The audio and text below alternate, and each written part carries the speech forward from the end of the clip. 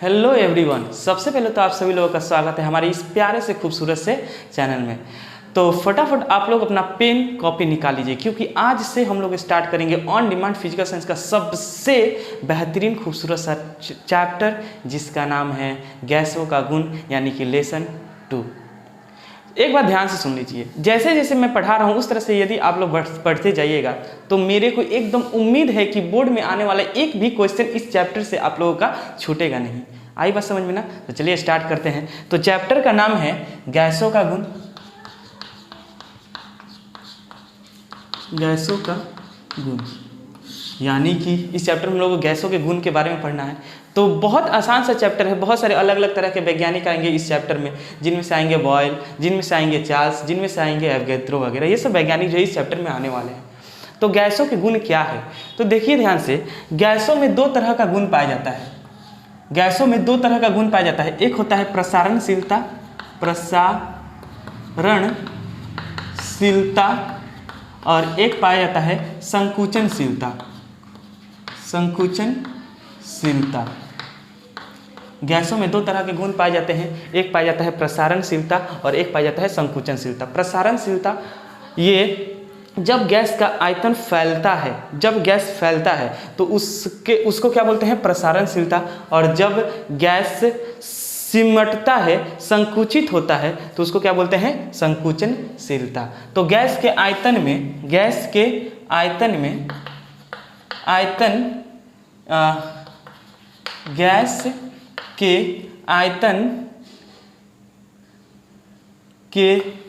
आयतन फैलता है तो उसको क्या बोलते हैं? प्रसारणशीलता। और गैस का आयतन संकुचित होता है,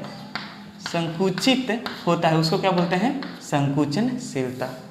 तो गैस का आयतन फैलता है और गैस का आयतन संकुचित होता है, वो किसके कारण? तो दो कारक है। एक है तापक्रम और एक है दबाव। यदि हम लोग तापक्रम को और दबाव को बदलेंगे, क्या बोल रहे हैं? ध्यान से सुनिए। यदि हम लोग तापक्रम को और दबाव को बदलेंगे, तापक्रम को बढ़ाएंगे घटाएंगे, दबाव को बढ़ाएंगे घटाएंगे, तो उसके आयतन में परिवर्तन होता है। आयतन या तो बढ़ेगा या फिर घटेगा। इसी को हम लोग क्या कहेंगे? प्रसारणशीलता कहेंगे। और इसी को क्या कहते हैं? संकुचनशीलता कहते हैं। तो आखिर जब हम लोग तापक्रम को बढ़ाते हैं और दबाव को बढ़ाते हैं या फिर घटाते हैं, तापक्रम को घटाते हैं, तो प्रसारणशीलता या फिर संकुचनशीलता का गुण क्यों पाया जाता है? एक्चुअली होता क्या है, गैस के जो अणु होते हैं वे एक दूसरे के साथ बहुत कमजोर बंध द्वारा बंधे रहते हैं। जैसे कि मान लीजिए कि ऑक्सीजन का ही बात कर लेंगे, तो ऑक्सीजन के जो अणु होते हैं वे कार्बन डाइऑक्साइड का ही बात कर लेंगे, या फिर CH4 का बात करेंगे। ये सब के सब क्या है? गैस है। तो गैस के जो अणु होते हैं वे एक दूसरे से बहुत ही कमजोर बंध द्वारा बंधे होते हैं। जैसे ही इन गैसों को गर्म किया जाता है, तापक्रम दिया जाता है या फिर तापक्रम से निकालते हैं, तो गैस के अणु क्या होते हैं? एक दूसरे से दूर होने लगते हैं, टूटने लगते हैं, जिसके कारण ये उनका आयतन जो है वो क्या होता है? या तो बढ़ जाता है या फिर घटने लगता है। आई बात समझ में ना? गैस के जो अणु होते हैं एक दूसरे से बहुत ही कमजोर बंध द्वारा बंधे रहते हैं, जिसके कारण उनके आयतन में प्रसारणशीलता होता है या फिर संकुचनशीलता होता है। आई बात समझ में ना? ठीक। अब हम लोग स्टार्ट करते हैं कि अलग अलग वैज्ञानिक आए और उन्होंने गैस संबंधित अलग अलग नियमों को दिया। ठीक। तो जिसमें से सबसे पहले वैज्ञानिक आए जिनका नाम है बॉयल। तो इसको हम मिटा रहे हैं, आप लोग नोट कर लीजिए इस चीज़ को। तो सबसे पहले एक वैज्ञानिक आए जिनका नाम क्या था? बॉयल। और इन्होंने एक नियम दिया, गैस के आयतन और दबाव संबंधी एक नियम दिया। गैस के आयतन और दबाव संबंधित एक नियम दिया। और यह नियम कब दिया था? सन 1662 ईस्वी में। यह नियम कब दिया था? सन 1662 ईस्वी में। तो बॉयल ने गैस के आयतन और दबाव संबंधित एक नियम दिया। कब? सन 1662 ईस्वी में। तो इस नियम को हम लोग गैस के आयतन और दबाव संबंधित नियम भी बोलते हैं, या फिर इसको बॉयल का नियम भी बोलते हैं। तो क्या है बॉयल का नियम? तो इन्होंने क्या बोला कि यदि बहुत सारे अलग अलग तरह के गैस को रखा जाएगा, बहुत सारे अलग अलग गैसों को रखा जाएगा। ठीक है, बहुत सारे अलग अलग गैस को रख दिए। तो नियम यह है कि इन्होंने बोला कि गैस की मात्रा को स्थिर रख देंगे। गैस सभी में, मतलब इसमें मान लीजिए कि CH4 गैस है, इसमें ऑक्सीजन है, इसमें CO2 गैस है, ठीक। और सभी गैसों में मात्रा क्या है? कांस्टेंट है। सभी गैसों में मात्रा क्या है? कांस्टेंट है। इस गैस में, इस कंटेनर में जितनी मात्रा है उतनी ही मात्रा इसमें भी है, उतनी ही मात्रा इसमें ही। तो मात्रा को स्थिर रख दी इन्होंने, मात्रा को स्थिर रखा और तापक्रम को भी क्या रखा इन्होंने? स्थिर रखा। मतलब मात्रा और तापक्रम को बदल नहीं रहे हैं, मात्रा और तापक्रम को बदल नहीं रहे हैं। अब वे केवल बदलेंगे किसको? केवल वो बदल रहे हैं गैस के दबाव को। केवल किस चीज़ को बदल रहे हैं? गैस के दबाव को। तो जब दबाव बदल रहे हैं तो उसका आयतन भी क्या हो रहा है? बदल रहा है। और कैसे आयतन बदल रहा है? जब वे दबाव को बढ़ा रहे हैं तो आयतन घट रहा है, और जब वे दबाव को घटाएंगे तो आयतन क्या होगा? आयतन क्या होगा? बढ़ेगा। और ये किसी भी गैस के लिए होगा। कोई भी गैस है, अगर कोई भी गैस है, यदि उसका मात्रा और तापक्रम को स्थिर रखेंगे और दबाव को बढ़ाएंगे तो आयतन क्या होगा? घटेगा। और दबाव को घटाएंगे तो आयतन क्या होगा? बढ़ेगा। अर्थात स्थिर दबाव और तापक्रम पर गैस की स्थिर मात्रा और तापक्रम पर गैस के दबाव और आयतन में विलोमानुपात का संबंध है। इसी बात को इन्होंने क्या बोला था? बॉयल के नियम बोले थे कि यदि हम लोग यहाँ पर मान लीजिए कि बहुत गैस है, तो इसका अगर हम लोग दबाव को क्या करेंगे? बढ़ाएंगे। दबाव को नीचे से हम लोग एक पिस्टन के द्वारा इसको दबाएंगे, तो देखिए दबाव को जब हम लोग बढ़ा रहे हैं तो आयतन क्या होगा? घटेगा ना। जो पहले गैस इतना दूर में फैला हुआ था, जैसे ही हम लोग पिस्टन को प्रेस कर रहे हैं, जैसे हम लोग पिस्टन को प्रेस कर रहे हैं तो ये कितना हो जाएगा? इतना हो जाएगा, ठीक। तो देखिए आयतन अब कितना हो गया? इतना हो गया ना। आयतन जो पहले इतना दूर तक था, अब आयतन क्या हो गया? कम हो गया। और आयतन कब हुआ? जब दबाव को बढ़ाया गया। जब दबाव को बढ़ाया गया। आई बात समझ में ना? चले लिखते हैं कि बॉयल का नियम क्या है। स्थिर दबाव पर स्थिर दबाव बोल रहे हैं, स्थिर तापक्रम पर किसी निश्चित मात्रा, देखिए तापक्रम भी स्थिर है और मात्रा भी निश्चित है। स्थिर दबाव पर किसी निश्चित मात्रा वाली गैस का आयतन दबाव के विलोमानुपाती होता है। आयतन दबाव के विलोमानुपाती होता है। बस यही क्या है? यही है बॉयल का नियम। तापक्रम को हम लोग स्थिर रखेंगे, मात्रा को स्थिर रखेंगे, और दबाव को यदि हम लोग बदलेंगे तो आयतन भी क्या होगा? बदलेगा। और कैसे बदलेगा? यदि हम लोग दबाव को बढ़ाएंगे तो आयतन क्या होगा? घटेगा। और यदि हम लोग दबाव को कम करेंगे तो आयतन क्या होगा? आयतन बढ़ेगा। आई बात समझ में? चलिए इसी को हम लोग व्याख्या कर रहे हैं। इसकी व्याख्या, तो व्याख्या क्या है? माना गैस का आयतन भी तथा दबाव क्या होगा? दबाव P हो तो स्थिर तापक्रम तथा मात्रा पर, तो स्थिर तापक्रम तथा निश्चित मात्रा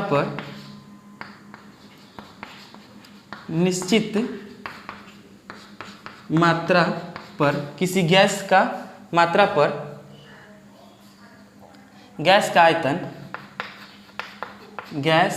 का आयतन बॉयल के नियम के अनुसार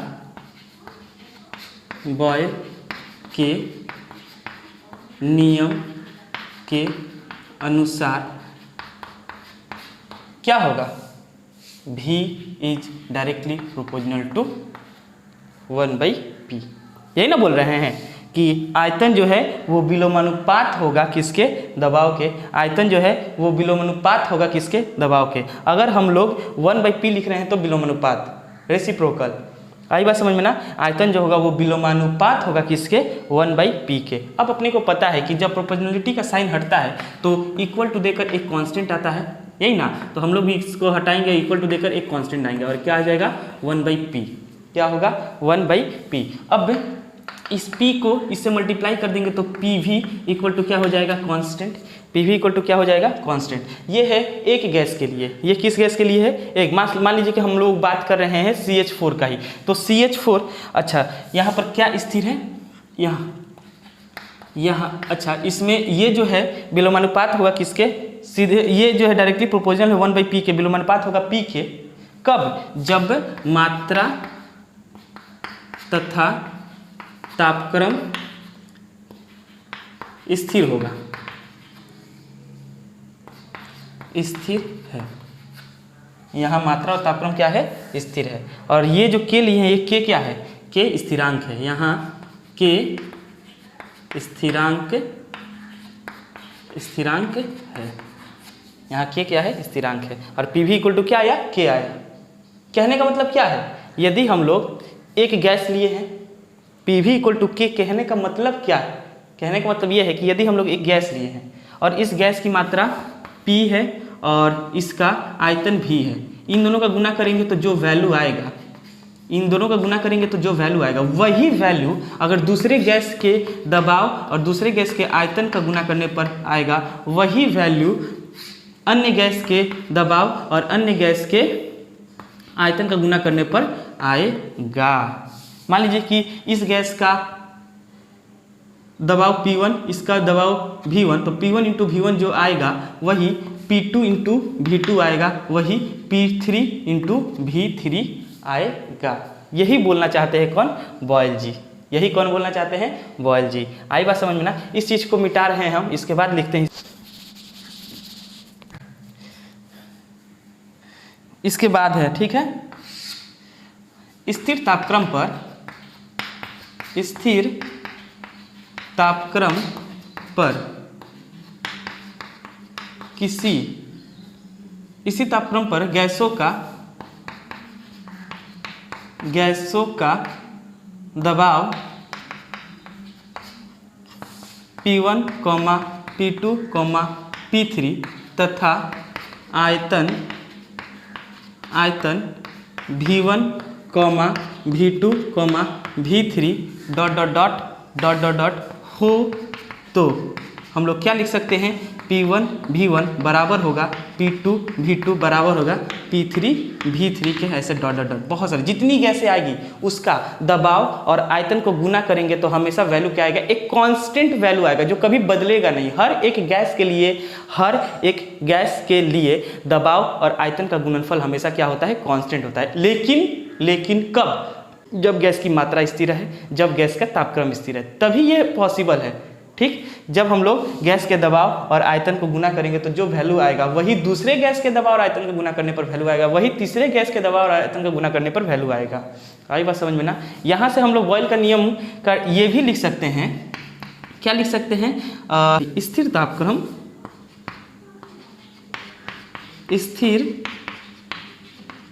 तापक्रम तथा निश्चित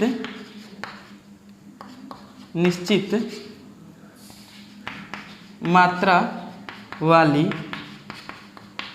गैसों के लिए उसके दबाव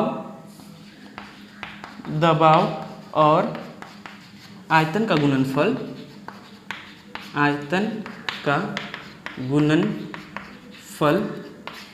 हम सदैव स्थिर होता है।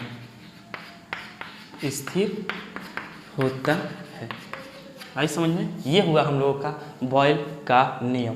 क्या नियम है, स्थिर तापक्रम पर गैस का दबाव यदि P1 V1 P2 तथा आयतन V1 V2 V3 हो तो इन दोनों सबका जो दबाव और आयतन का जो गुणनफल होगा वो हमेशा क्या होगा, स्थिर होगा। ठीक, और इसी को हम लोग क्या लिख सकते हैं, स्थिर तापक्रम तथा निश्चित मात्रा वाली गैस के लिए उसके दबाव और आयतन का गुणनफल सदैव क्या होगा, स्थिर होगा। ये हो गया हम लोग का बॉयल का नियम, याद रहेगा ना, 3 मार्क्स का आता है एग्जाम में। ठीक, क्या नियम है, स्थिर तापक्रम पर किसी निश्चित मात्रा वाली गैस का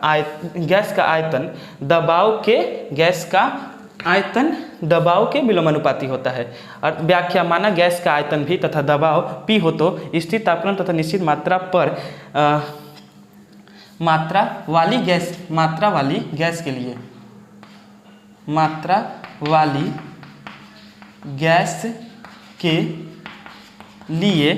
गैस का आयतन बॉयल के नियम के अनुसार V directly proportional to 1/P, जहाँ पर मात्रा तथा तापक्रम क्या होगा, स्थिर होगा। और प्रोपोर्शनल का साइन हटाएंगे तो K देंगे, equal to 1/P, PV equal to K। यहाँ K क्या होगा, स्थिरांक होगा। यहाँ पर K क्या होगा, स्थिरांक होगा। फटाफट इसको नोट कर लीजिए।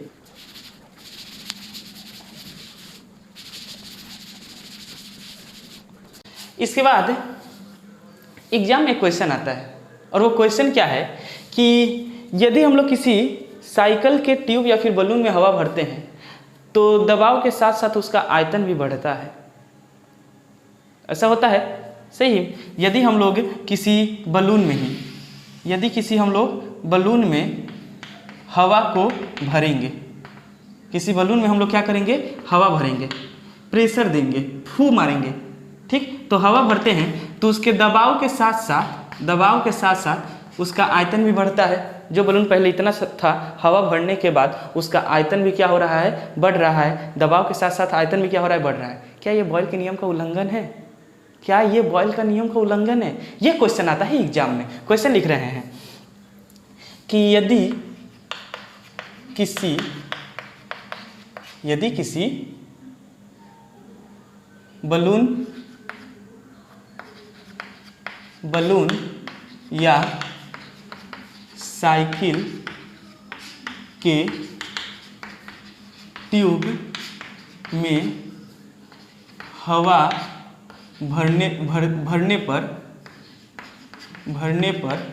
उसके दबाव के साथ आयतन भी बढ़ता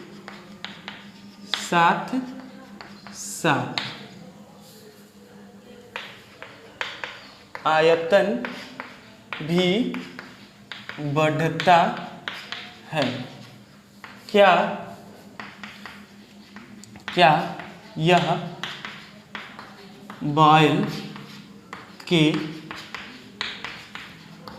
का उल्लंघन है? क्या बॉयल के नियम का यह उल्लंघन है? सोचिए, बोलिए, क्या बॉयल के नियम का ये उल्लंघन है? यदि हम लोग बलून में हवा भर रहे हैं, दबाव भी बढ़ रहा है, आयतन भी बढ़ रहा है। बॉयल का नियम क्या बोलता था, दबाव को बढ़ाएंगे आयतन कम होगा, लेकिन यहाँ पर तो दबाव भी बढ़ रहा है और आयतन भी बढ़ रहा है। तो बॉयल का नियम यहाँ पर गलती, क्या ऐसा है? नहीं, गलती यहाँ पर बॉयल का नियम नहीं है। एक्चुअली क्या है कि जब हम लोग हवा को भर रहे हैं बलून के अंदर, हवा को जब बलून के अंदर भर रहे हैं तो हवा की मात्रा भी बढ़ रही है। हवा की मात्रा भी क्या हो रही है, बढ़ रही है। लेकिन बॉयल क्या बोलते थे, बॉयल बोलते थे कि मात्रा, मेरे नियम में मात्रा स्थिर रहना चाहिए, तापक्रम स्थिर रहना चाहिए। बॉयल के नियम में 2 स्थिर राशियाँ क्या क्या है? तो बॉयल के नियम में 2 स्थिर राशियाँ है, एक है मात्रा और दूसरा है तापक्रम। एक है मात्रा और दूसरा क्या है, तापक्रम। ये बॉयल के नियम में 2 स्थिर राशियाँ है। क्वेश्चन एग्जाम में ये भी 1 मार्क्स का देता है कि बॉयल के नियम में 2 स्थिर राशियाँ क्या क्या है। तो बॉयल के नियम में 2 स्थिर राशियाँ है, मात्रा और तापक्रम। ठीक, जब हम लोग बलून में हवा भर रहे हैं तो मात्रा स्थिर नहीं है, और मात्रा जब स्थिर नहीं है तो वहाँ पर बॉयल का नियम अप्लाई ही नहीं होगा। तो नियम यहाँ पर कोई उल्लंघन ही नहीं है। आई बात समझ में? लिख रहे हैं यहाँ पर, इसी को मिटाए पहले।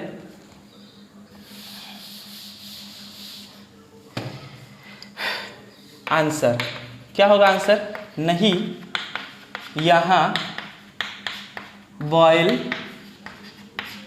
के नियम का उल्लंघन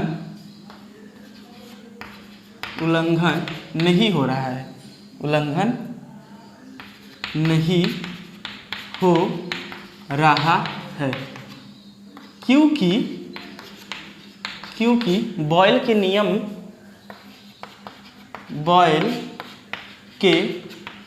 नियम में मात्रा स्थिर रहता है, लेकिन जब हम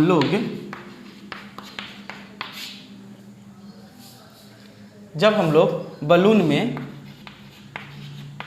में हवा भरते हैं तो हवा की मात्रा भी बढ़ती है, और हवा की जब मात्रा बढ़ेगी तो बॉयल का नियम यहाँ पर अप्लाई ही नहीं होगा। आई बात समझे ना, क्योंकि बॉयल का नियम केवल स्थिर मात्रा और स्थिर तापक्रम के लिए था। स्थिर तापक्रम पर किसी निश्चित मात्रा वाली गैस का आयतन उसके दबाव के विलोमानुपाती होता है। दबाव को बढ़ाएंगे आयतन घटेगा, दबाव को घटाएंगे आयतन बढ़ेगा, लेकिन कब? जब मात्रा और तापक्रम स्थिर रहे तब ही। आई समझ में ना, ये क्वेश्चन एग्जाम में आता रहता है 2 मार्क्स का। फटाफट इसको नोट कर लीजिए।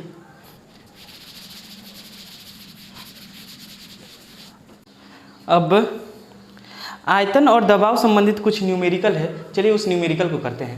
तो क्वेश्चन ये है कि स्थिर तापक्रम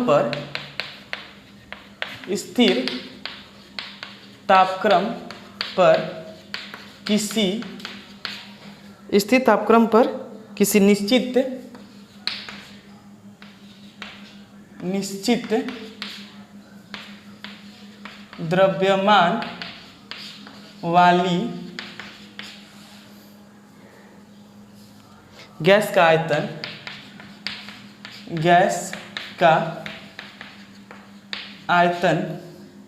750 ml और दबाव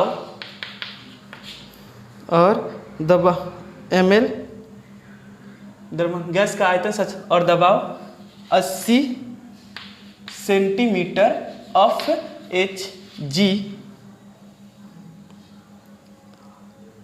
Hg है, तो उसी तापक्रम पर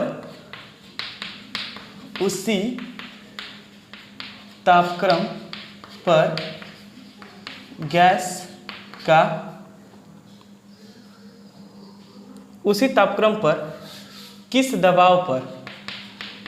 किस दबाव पर गैस का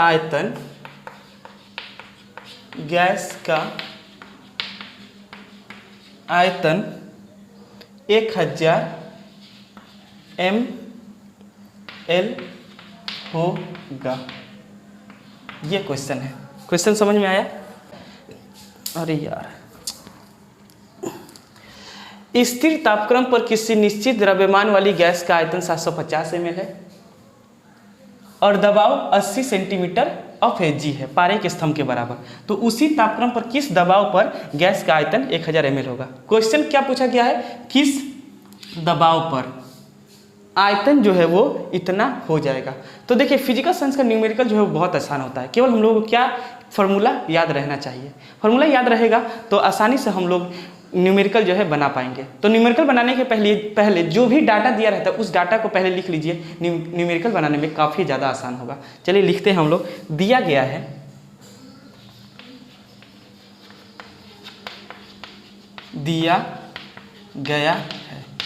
क्या दिया गया है? गैस का आयतन पहला आयतन, इसलिए उस आयतन को V1 मान रहे हैं, जो कितना है 750 ml, और दबाव है गैस का दबाव यानी कि P1 कितना दिया गया है 80 सेंटीमीटर ऑफ Hg।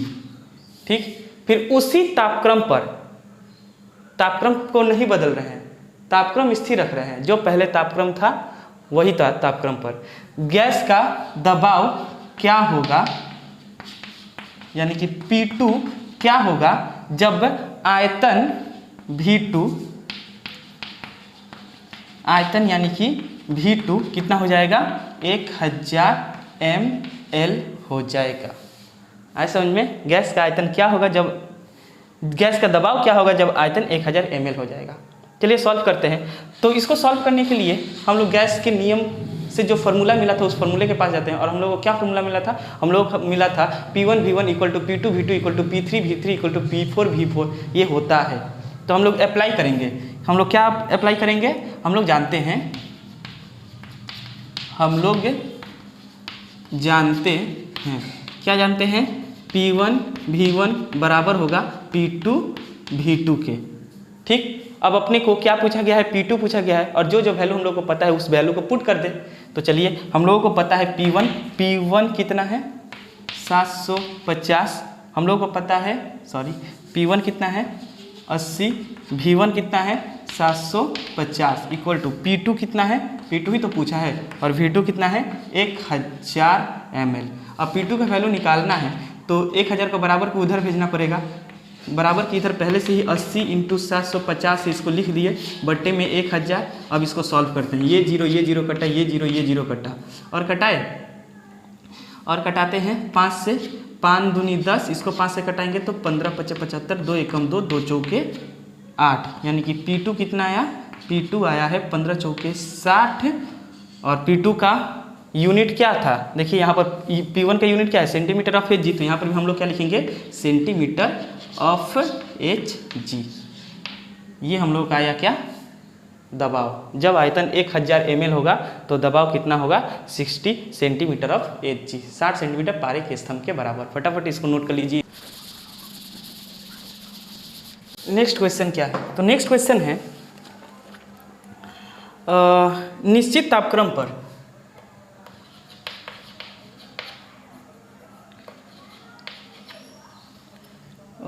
निश्चित तापक्रम पर तथा 760 mm पारे के स्तंभ के बराबर दबाव पर गैस का आयतन कितना है, 100 cc है। एक ही तापक्रम पर, एक ही तापक्रम पर 76 cc आयतन पर दबाव कितना होगा, आयतन पर दबाव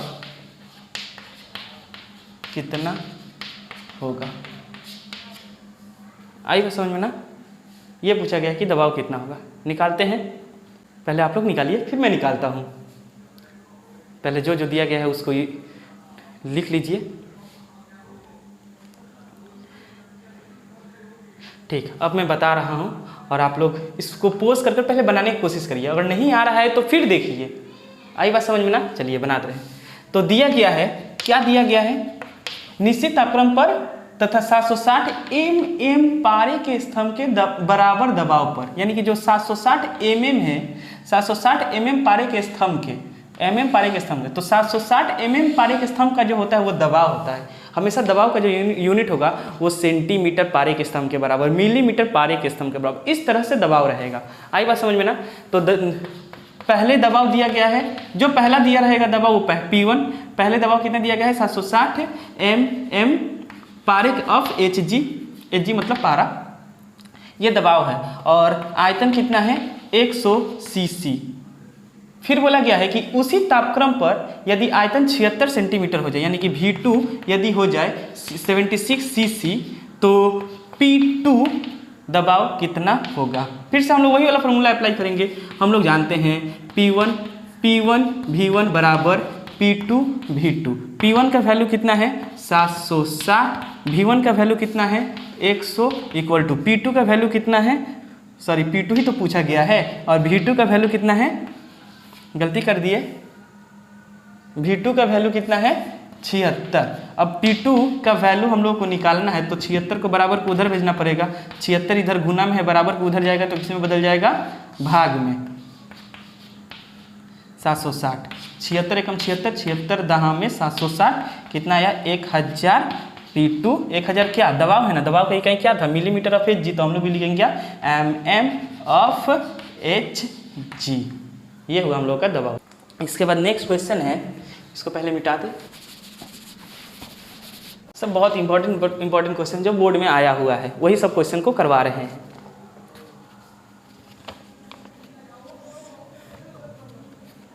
STP कमरे के तापक्रम पर,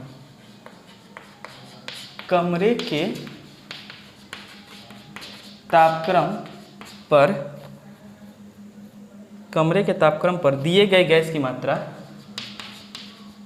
दिए गए गैस की मात्रा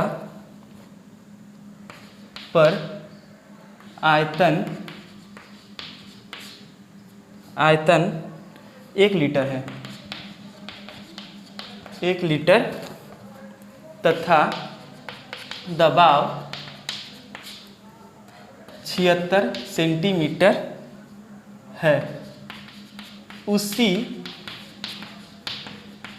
तापक्रम पर गैस का दबाव 19 सेंटीमीटर है, तो 19 सेंटीमीटर कर दिया जाता है,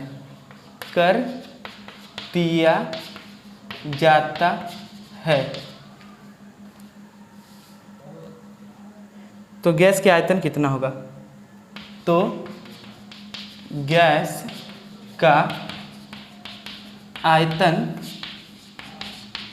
कितना होगा, बनाइए फटाफट और आंसर निकाल कर फटाफट कमेंट कर दीजिए कि आंसर आया है कि नहीं सही। ठीक है, चलिए, मेरे को उम्मीद है कि इस क्वेश्चन को आप लोग बना दीजिएगा, और इस क्वेश्चन को हम नहीं बना रहे हैं, और नहीं बनेगा तो आप लोग कमेंट करिए कि कैसे बनेगा, हम बताएंगे बिल्कुल। ठीक है, मिटा रहे हैं, इसका आंसर जरूर आप लोग कमेंट में लिखकर बताइएगा।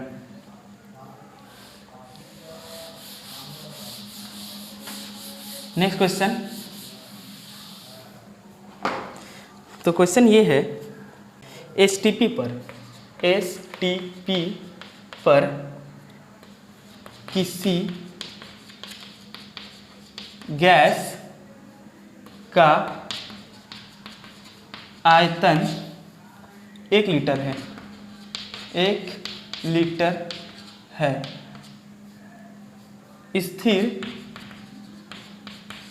स्थिर तापक्रम पर इस गैस का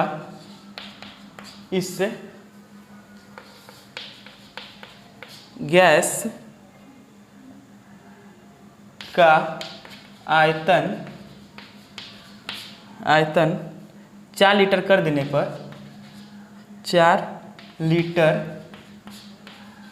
कर देने पर उसके दबाव में क्या परिवर्तन होगा, उसके दबाव में क्या परिवर्तन होगा।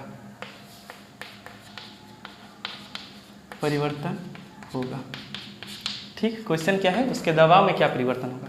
ध्यान से देखें तो इसमें एक नया सा वर्ड आया है, और वो वर्ड क्या है, STP। अब ये STP क्या होता है, तो STP होता है स्टैंडर्ड टेम्परेचर एंड प्रेशर, सामान्य ताप तथा दाब, सामान्य ताप तथा दाब। को हम लोग बोलते हैं STP, स्टैंडर्ड टेम्परेचर प्रेशर, और इसी को बोला जाता है NTPV, ठीक है, नॉर्मल टेम्परेचर प्रेशर, सामान्य ताप तथा दाब। और STP पर या फिर NTP पर प्रेशर और यानी कि दबाव और तापक्रम जो है वो स्थिर रहता है, और वो कितना होता है, STP पर तापक्रम जो होता है वो 0 डिग्री सेल्सियस और दबाव होता है 760 mm ऑफ Hg या फिर 76 सेंटीमीटर ऑफ Hg। ये STP पर दबाव होता है और ये STP पर तापक्रम होता है। क्वेश्चन ये रहता है कि सामान्य ताप तथा दाब से क्या समझते हो, तो 0 डिग्री सेल्सियस तापक्रम को सामान्य ताप तथा 76 सेंटीमीटर पारे के स्तंभ के दबाव को सामान्य दाब कहा जाता है। लिखे क्या यहाँ पर इसका डेफिनेशन भी, चलिए लिखे दे रहे हैं। तो 0 डिग्री सेल्सियस ताप को सामान्य ताप तथा 76 सेंटीमीटर दाब 76 सेंटीमीटर ऑफ Hg दाब को सामान्य दाब कहा जाता है, आई बात समझ में ना? दिख रहा है, दिख रहा है, चलिए ठीक है। तो क्या है, दाब को सामान्य दाब कहा जाता है। अब इस न्यूमेरिकल को सॉल्व करते हैं। तो STP पर किसी गैस का आयतन 1 लीटर है। STP पर गैस का आयतन यानी कि V1 कितना है, 1 लीटर। देखिए लीटर जो है वो आयतन की इकाई है।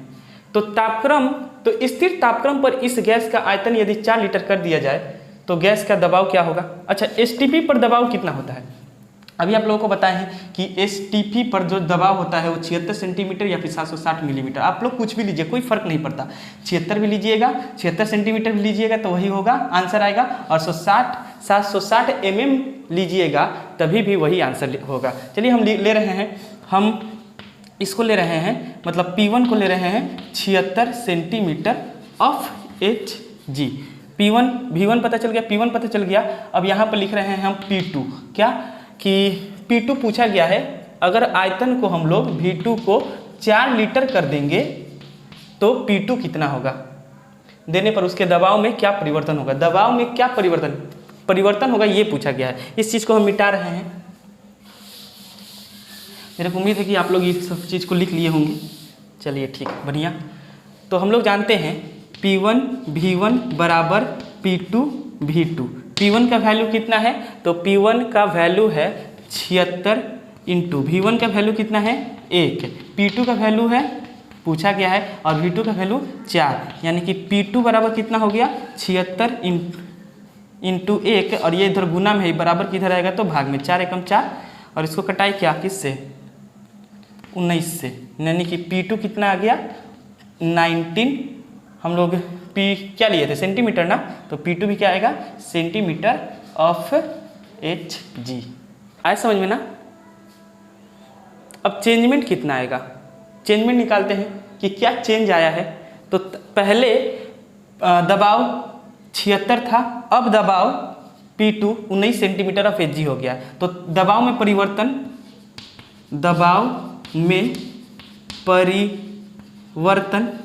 कितना परिवर्तन हुआ, P1 माइनस P2, ज़्यादा में से कम को घटाते हैं। P1 कितना है 76 माइनस P2 कितना है 19, कितना आ गया 57 सेंटीमीटर ऑफ Hg, और इसको मिलीमीटर में लिखेंगे तो 570 mm ऑफ Hg। आया समझ में ना, ये हुआ हम लोगों का आंसर।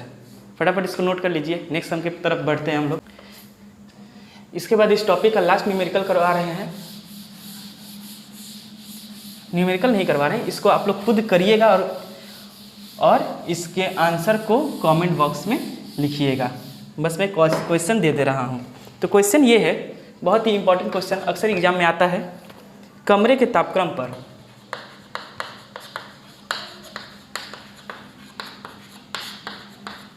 तापक्रम पर दिए गए गैस की मात्रा, दिए गए गैस की मात्रा पर आयतन 1 लीटर तथा दबाव 76 सेंटीमीटर है, 76 सेंटीमीटर है। यदि उसी तापक्रम पर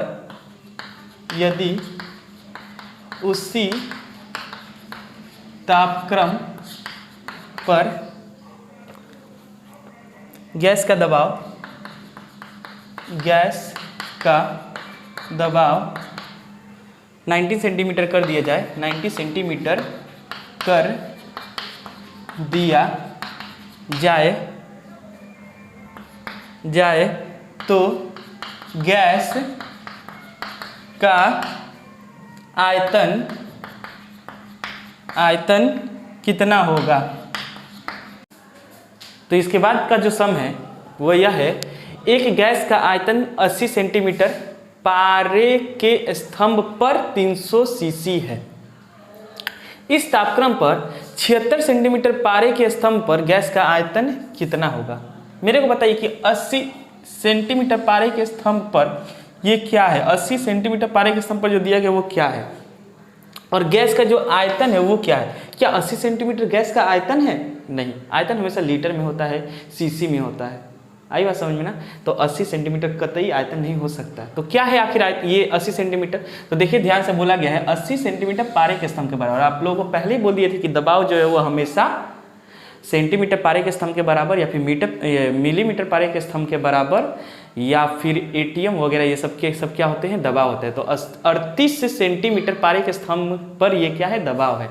तो दिया गया है P1 कितना दिया गया है, 38 सेंटीमीटर ऑफ Hg पारे के स्तंभ के बराबर, और V1 जो दिया गया है वो 500 सीसी है। तो उसी तापक्रम पर, स्थिर तापक्रम पर 76 सेंटीमीटर पारे यानी कि P2 जो है यदि 76 सेंटीमीटर ऑफ Hg हो पारे के स्तंभ पर, गैस का आयतन यानी कि V2 क्या होगा। फिर से हम लोग को पता है कि V1 बराबर P2 V2 होता है। तो P1 का वैल्यू कितना है, P1 का वैल्यू है 38, V1 का वैल्यू है 500, P2 का वैल्यू जो दिया गया है 76 सेंटीमीटर 76, और V2 का वैल्यू हम लोग को पूछा है इस बार। तो V2 निकालने के लिए इसको बराबर की इधर भेज देंगे। तो 38 × 500 बट्टे में 38 से 76 इधर गुना में बराबर किधर आएगा तो भाग में आ जाएगा। अब इसको कटाते हैं, 19 की 19 19 दूनी 38, 19 तिया 57, 19 चौका 76।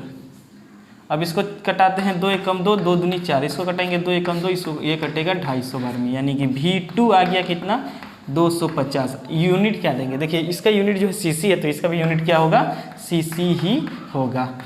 देख लिए कितना आसान ये फिजिकल साइंस का न्यूमेरिकल आ रहा है। इसी तरह का इसी टाइप का न्यूमेरिकल आता है। बस आप लोगों का अब एक काम है क्या, प्रैक्टिस करते रहना। आपके बुक में जितने भी न्यूमेरिकल वगैरह दिया गया वो सबको प्रैक्टिस करिए।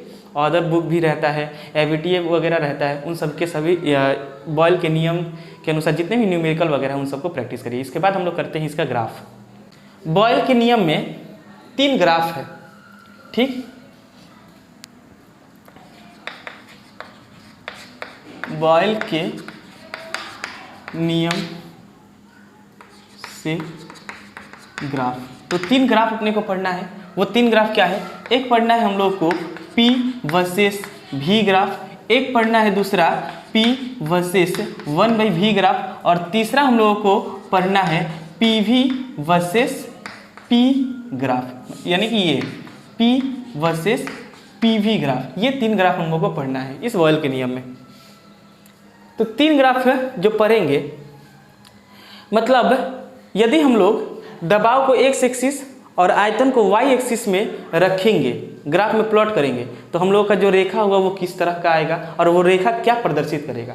इसी तरह से यदि हम लोग दबाव को x एक्सिस में और 1/v को y एक्सिस में रखेंगे, तो हम लोग जो रेखा है वो क्या आएगा और वो रेखा क्या प्रदर्शित करेगा। उसी तरह से यदि हम लोग दबाव को x एक्सिस में और PV को y एक्सिस में रखेंगे, तो जो रेखा आएगा वो क्या होगा और यह क्या प्रदर्शित करेगा, उसी चीज़ को हम लोग को जानना है। तो ध्यान से देखिए, मान लीजिए कि PV इक्वल टू क्या आएगा, कांस्टेंट आएगा। PV इक्वल टू क्या होगा, कांस्टेंट। यदि हम लोग P को 1 रख रहे हैं और V को 100 रख रहे हैं तो क्या आएगा 100। यदि हम लोग p को 2 करेंगे तो इस यहाँ पर 100 लाने के लिए क्या करना पड़ेगा 50। यदि हम लोग p को 4 करेंगे तो यहाँ पर 100 लाने के लिए क्या करना पड़ेगा 25। यदि हम लोग p को 5 करेंगे तो यहाँ पर 100 लाने के लिए क्या करना पड़ेगा 20। यदि हम लोग p को 10 करेंगे तो यहाँ पर 100 लाने के लिए हम लोगों को क्या करना पड़ेगा 10 से मल्टीप्लाई। तो यहाँ पर ये जो नंबर है वो p है और ये जो नंबर है वो क्या है v है। अब इस चीज़ को हम प्लॉट करते हैं अपने ग्राफ में। आई बात समझ में। ये है x एक्सिस और ये है y एक्सिस। इधर की तरफ है 1 2 3 4 5 6 7 8 9 10 और इधर की तरफ है 10 20 30 40 50 60 70 80 90 100। ठीक है। सबसे पहले हम लोग 1 के पास गए और वो P में इधर में दबाव रहेगा और इधर में क्या रहेगा आयतन भी। सबसे पहले हम लोग P के 1 के पास गए, उसके बाद आयतन के 100 के पास जाएंगे, यहाँ पर पॉइंट आएगा। ठीक। उसके बाद हम लोग P में 2 के पास जाएंगे और दबाव में किसके पास 50 के पास। 50 कहाँ था 1 2 3 4 5 यहाँ पर था। तो यहाँ से कहाँ आएगा, यहाँ पर लिख दे रहे हैं 10 20 30 40 50। ठीक। और यहाँ पर 1 2 3 4 5 6 7 8 9 10। तो P में हम 2 के पास गए और इसमें हम 50 के पास गए। यहाँ पर आया कुछ, यहाँ पर आया। उसके बाद हम P में 4 के पास जाएंगे और इसमें 25 के पास जाएंगे तो 25 जो है वो 30 और 20 के बीच में आएगा, यानी कि कुछ यहाँ पर। इसके बाद ये सब बिंदु बन रहा है, इसको दूसरे कलर से दिखाएंगे तो ज़्यादा बेहतर होगा। एक यहाँ पर बना, एक के यहाँ पर बना, एक यहाँ पर बना। अब इसके बाद हम P में 5 के पास गए तो ये किसके पास आया 20 के पास, यानी कि कुछ यहाँ पर बना। ठीक है। इसके बाद हम P में 10 के पास गए तो इसमें किसके पास, कितने के पास आया 10 के पास ही, यानी कि कुछ यहाँ पर बना। आई बात समझ में ना। तो हम लोग का अगर सभी डॉटेड लाइन को अगर मिलाएंगे तो कुछ ग्राफ जो होगा वो इस तरह का होगा। कैसे रेखा प्राप्त हो रहा है, इस तरह का, ये कर्व रेखा प्राप्त हो रहा है। तो P वर्सेस B का जो ग्राफ होता है, P वर्सेस B का ग्राफ, किसका किसका ग्राफ, P वर्सेस B का ग्राफ। यदि हम लोग P को x एक्सिस पर और V को y एक्सिस पर रखेंगे तो जो ग्राफ होगा वो हम लोगों का कुछ इस तरह का प्राप्त होगा। जो ग्राफ कैसे प्राप्त होगा, इस तरह का ग्राफ प्राप्त होगा।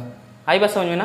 कैसे ग्राफ कैसे प्राप्त होगा, इस तरह का। और ये ग्राफ क्या प्रदर्शित करता है, ग्राफ यह प्रदर्शित करता है कि दबाव के बढ़ने पर आयतन कम होगा। यह ग्राफ यह प्रदर्शित करता है कि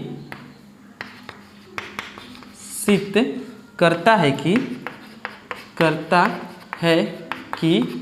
दबाव के बढ़ने पर आयतन घटेगा। देखिए जैसे जैसे हम लोग दबाव को बढ़ा रहे हैं, आयतन जो है ऊपर से नीचे की तरफ आते जा रहे हैं। यहाँ पर 100 है, यहाँ पर 90 80 70 60 50 वगैरह है। तो जैसे जैसे आगे की तरफ दबाव की तरफ आगे की तरफ बढ़ रहे हैं हम लोग, आयतन क्या हो रहा है ऊपर से नीचे की तरफ घटते ही जा रहा है। आई बात समझ में ना। अच्छा, ये जो रेखा है इसको हम लोग बोलते हैं हाइपरबोला। हाइपरबोला। ठीक है। ये जो रेखा, ये रेखा कौन सा रेखा है, हाइपरबोला। और निश्चित जो ग्राफ दिख रहा है, यह ग्राफ किस पर दिख रहा है, एक निश्चित तापक्रम पर दिख रहा है।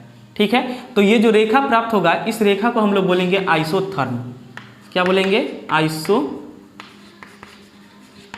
आइसोथर्म मतलब होता है तापक्रम। क्या बोलते हैं, आइसोथर्म बोलते हैं। आइसोथर्म्स क्या होता है, तो निश्चित तापक्रम पर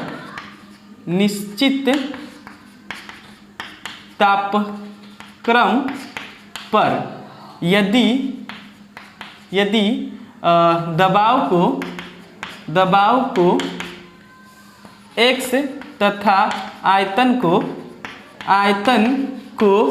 y एक्सिस में रखने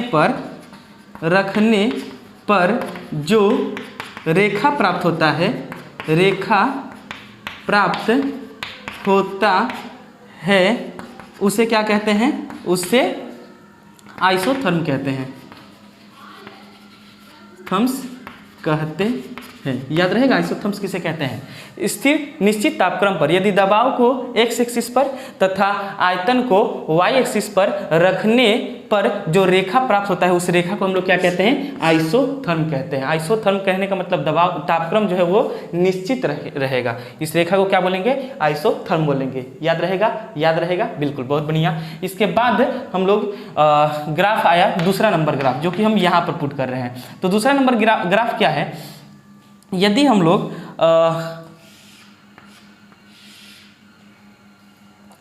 दबाव को कहाँ रखेंगे? दबाव को रखेंगे y एक्सिस पर और आयतन को रखेंगे 1/v को रखेंगे x एक्सिस पर। ये है y एक्सिस और ये है x एक्सिस। ठीक, तो हम लोग का जो ग्राफ होगा वो ग्राफ कैसा होगा देखते हैं। इस चीज़ को हम मिटा रहे हैं अब, और यहाँ पर थोड़ा सा एक कैलकुलेशन करते हैं। ठीक, आयतन को क्या कर रहे हैं? बदल दे रहे हैं। तो दबाव जब 1 है तो आयतन 1/v, जब P है दबाव तो आयतन क्या है? 1/v। तो ये जब 1 रहेगा तो इसका 1/100 यानी कि 0.01। अगर ये 2 रहेगा तो 1/50। अगर यह 4 रहेगा तो 1/25। अगर यह 5 रहेगा तो 1/20। यदि यह 10 रहेगा तो 1/10। यही ना हो रहा है? तो चलिए इसको करते हैं। कितना हो जाएगा यहाँ पर?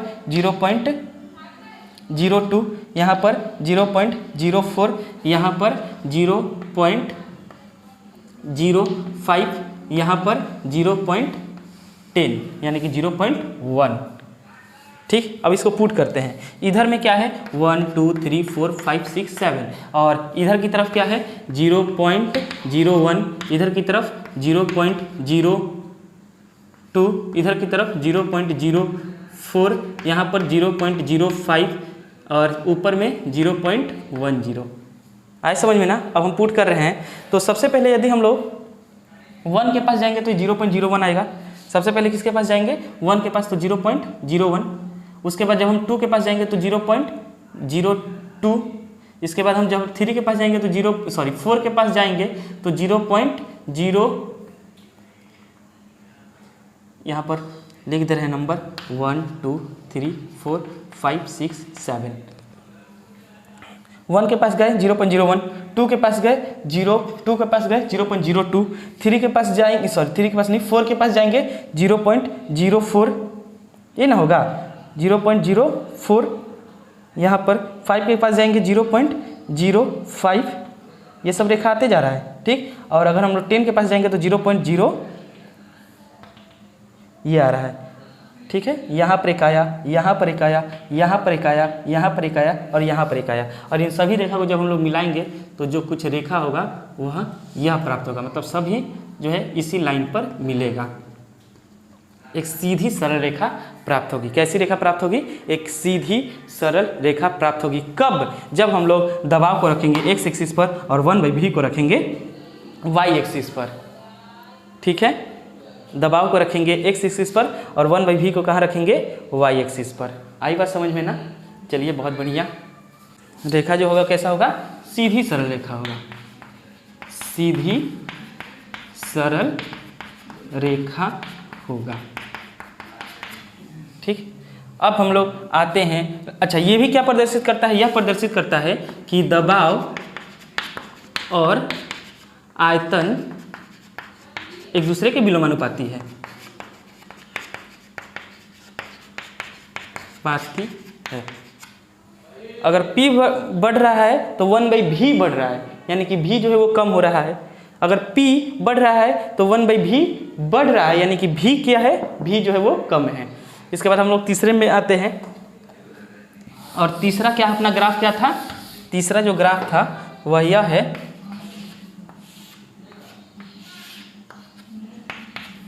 तीसरा ग्राफ है, इसको P x एक्सिस पर और y एक्सिस पर रखेंगे PV को। इधर में 1 2 3 4 5 6 ऐसे कर 10, 1 2 3 4 5 6 और इधर में 10, 20, 30, 40, 50, 60, 70, 80, 90, 100। मान लीजिए कि ये 100 है। ठीक है, तो देखिए जब हम p को रख रहे हैं 1, p को क्या रखे हैं 1, तो pv का गुना कितना है 100। जब p को रखे हैं 2 तो pv का गुना कितना है 100। जब p को रखे हैं 4 तो pv का गुना कितना है 100। जब p को रखे हैं 5 तो pv का गुना कितना है 100। जब p को रखे हैं 10 तो pv का गुना कितना है 100। तो जब हम लोग p को रखेंगे 1 तो pv का गुना कितना है 100। जब p को रखेंगे 2 तो pv कितना आया है 100। जब p को रखेंगे 4 तो pv कितना आया 100। जब p को रखेंगे 5 तो pv कितना आया 100। जब p को रखेंगे 10 तो pv कितना आएगा 100 ही। यानी कि अगर सभी रेखाओं को अगर हम लोग मिला देंगे तो जो रेखा होगा वो कुछ इस तरह का होगा। रेखा होगा किस तरह का, ऐसे होगा, एक सीधी क्षैतिज रेखा प्राप्त होगी। इसमें सीधी सरल रेखा प्राप्त हो रहा था, इसमें कैसे प्राप्त होगा, अगर हम लोग p को x एक्सिस पर तथा pv को y एक्सिस पर रखेंगे तो रेखा कैसा होगा, सीधी क्षैतिज रेखा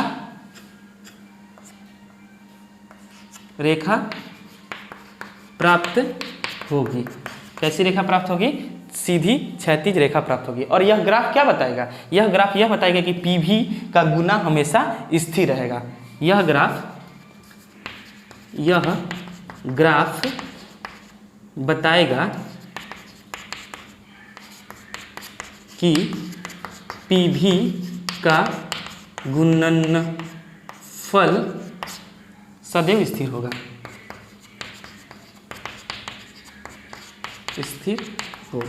कंप्लीट।